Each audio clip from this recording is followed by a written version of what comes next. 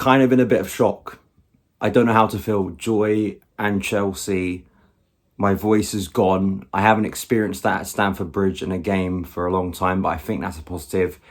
And it's a bit of a mess, this video. I'm not in my studio, but I did want to record something on the night of the game because it's just a huge night for Chelsea. It really is. Not just for Graham Potter, which it absolutely is, not just for this group of players, but I think for what this club has been through over the past 12 months. I mean, it kind of feels quite ironic that we are getting close to the 1 year mark of the sanctions, which obviously changed the club forever, and I think the mood of the club. And I think that Chelsea as a club, and just as a fan for myself, even if Chelsea haven't been the most downtrodden club ever and have actually experienced a lot of highs that a lot of fans would want to have experienced over the last 5-10 years, there hasn't been much joy watching Chelsea. That's a word I've kept using in kind of these incredible nights where you feel so happy about the club and moments of excitement where you overcome obstacles. I just really haven't experienced that for whatever reason watching Chelsea over the past year.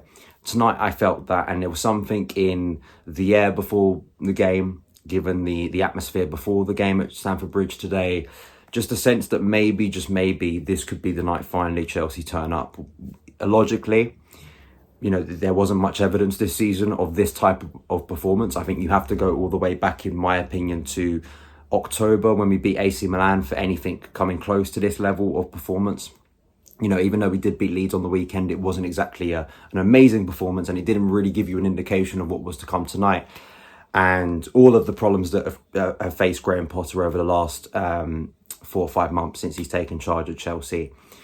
But this competition has been a vehicle, I said it in my preview, this competition has been a vehicle for this club to salvage seasons, to create special memories. And I kept saying that I think that Graham Potter has had to win a big game. I mean, that was obvious, that's an understatement, but he needed to win it.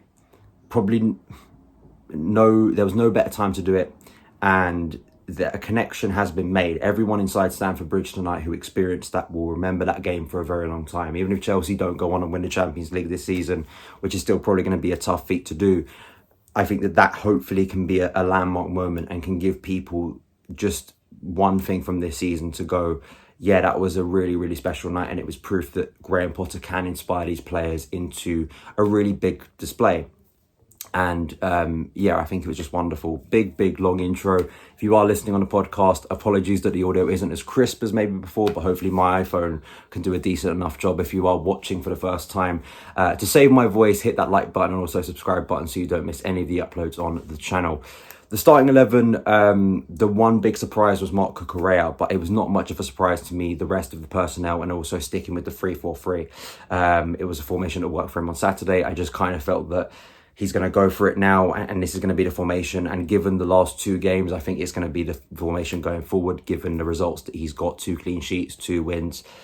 But it was a big risk bringing in Marc Cucurella. This is a guy who has faced so much scrutiny. I think he's linked to the head coach. He's really struggled to adapt to life at Chelsea in a role that he's faced some very difficult days. I mean, you think back to October against Brighton, his old club, when he played left centre-back, and he was really exposed. And this could have been a night where Potter could have been lambasted for that decision. You've got Trevor Chalobah sat on the bench, and he could have been lambasted for his former player, costing Chelsea. But of course, that's not the way it worked out. I think that for Borussia Dortmund, it was all about, in that first half, controlling the game. And I think actually for large periods, to be fair to them, I think between, say, 10 to 15 minutes, around the half an hour mark, I think they were doing probably what they would have wanted to do at Stamford Bridge.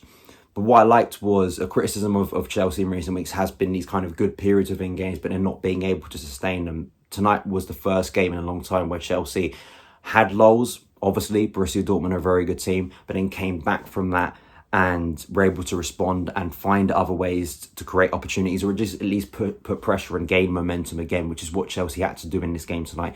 And that's exactly what they did. And also scoring within key moments within games. The fact that both of the goals tonight came pretty much, in a 10-minute period before and after half-time. I mean, just devastating from a Borussia Dortmund point of view, absolutely galvanising for the home crowd, but also those players.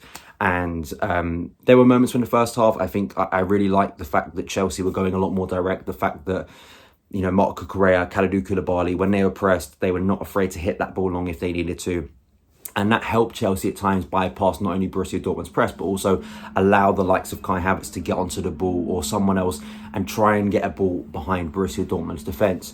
And I think all round that's what gave me hope as the half went on. I think that Raheem Sterling just couldn't sort his feet out tonight, but he did in the key moment. And Kai Havertz was super unlucky not to score in that first half. An incredible effort, really, and the fact that, of course, he scores that goal that then, of course, is offside. It just kind of felt typical, wonderful finish.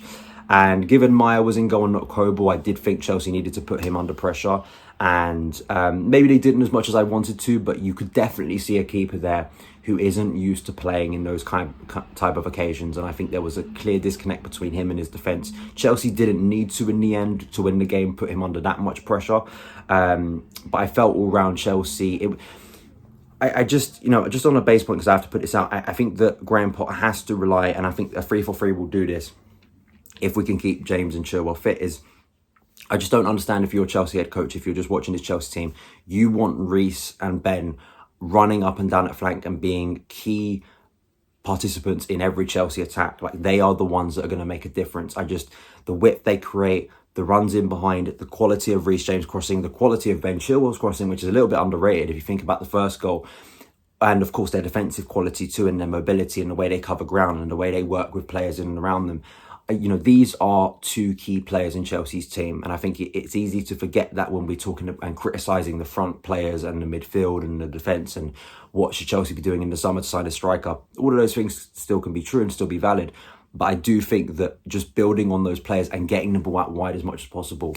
It sounds like an obvious thing, and I know not every game you can do it as easily. But again, like we saw on Saturday, utilising Ben Chilwell, we did it tonight, and it led to some big chances on the night, which was wonderful to see. And Raheem Sterling sorted his feet out and smashed the ball in the back of the net. I've not seen the bridge rock like that for a goal in a very, very long time, and that was really, really nice to see. And for Sterling, a player that was brought in, I think, for some of these big occasions. He is an experienced player. He's one of the veterans of this team now. And he's been on a lot of big occasions for Manchester City, for England, and now for Chelsea. And for him to score that goal, it was such a key moment for him in his career. And I think for this season and the struggles that he's had to prove that he can still contribute big goals for this Chelsea team. And as well, for what it meant going into half-time. I think that Dortmund were hoping they could get to half-time 0-0 and still have that kind of license to maybe go out and try and get another goal to sit back. They had to come out a little bit more.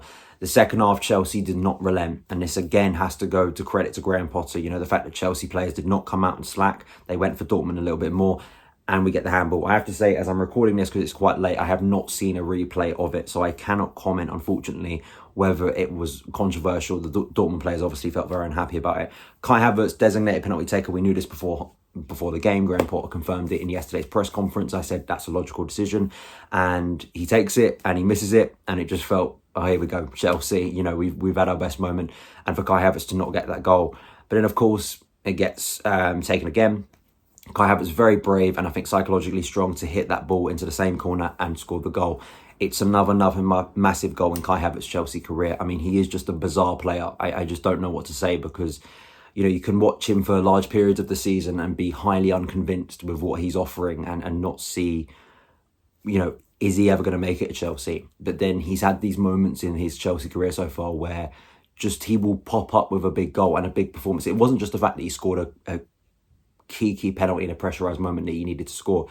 His overall performance was wonderful. It really was. It was the way he linked up with play. It was the way he was running into his favoured right channel. It was the way, just so often during that night, whether it was alleviating the pressure from his defence, particularly in the second half, but just making runs and controlling that ball. And there was a bit of flow to Kai Havertz's game tonight. It felt like he was in control of that game on so many occasions, and that very much was exuding a player with a lot of confidence. And you can talk about the formation, you can talk about his positioning, but I think for Kai Havertz, as with a lot of players, they deserve so much credit to step up. And I think that Kai Havertz, it's my one thing. Can he grow on this? Can he do this a little bit more? But just for tonight, brilliant performance. Kai Havertz, very special player for Chelsea on this night, and we needed him. And obviously he scored the clincher. Again, I know there will probably be some aftermath again of why McCallum Mudryk did not come on. Christian Pulisic, just back from injury, came on. it was very much just see it out job, and it was the classic Chelsea performance I've seen for so long of just trying to hold out. But defensively, Chelsea were good. There was a few times where Kepa was called into action, the Royce free kick in the first half. There was a few other moments, I think a Wolf shot in the second half, but Bellingham, I think, had the best Dortmund chance on the night, and for some reason hit it wide. But other than that, Chelsea were very resolute, I think, in their shape. They look very comfortable in that shape, very, used to playing in that shape, as we've seen under Thomas Tuchel, that back five. And the spaces were good, in terms of defending that, and very much forced Dortmund into kind of quite basic possession. I mean, I think there was a lot of times where Dortmund just seemed to run out of ideas, sort of playing window, cleaning football, and that very much helped Chelsea. I was a little bit concerned with some of the subs that Graham Potter made. It was a little bit like, we're just going to throw on all the defensive players, and I said this on Saturday, a little bit lopsided, but you get the result, and happy days. It was magical seeing those celebrations at full time inside Stamford Bridge, seeing how much it meant to Graham Potter, to the players, to some of these young players, the likes of Enzo Fernandez, the likes of Wesley Fofana, players who have only just recently arrived at Chelsea, and for them to be involved in this night, it is massive for them. But also some of those other players who have been around a little bit longer. You could look across that whole team, and I can't remember the last Chelsea game I looked across, and I could say 8 out of 10 for most of those players, and that in itself, it shows what this team can achieve potentially. I think for Graham Potter now, he's got something to cling on to in April when we get to that quarterfinal, whoever it is against, because it could be against, a very, very difficult opposition, but that's going to create, a lot of intrigue and keeps the season going to at least April, which is good. But, can he build on this a little bit more? Can he, is psychologically that a big night for him to feel like this is the night Graham Potter became Chelsea head coach? And that sounds like a very nice catch, a headline, a catchphrase. But I did think that could be tonight, and it was for Graham Potter. And I just hope that connection has been made a little bit more with supporters. There's proof now that he can create a Chelsea team to create a big performance, and that's what has happened tonight. So yeah, my voice is nearly gone. As I say, apologies that it isn't my usual setup, but I needed to give you my thoughts tonight because it was such a big night for Chelsea and just a wonderful experience to be there. I was very lucky as well.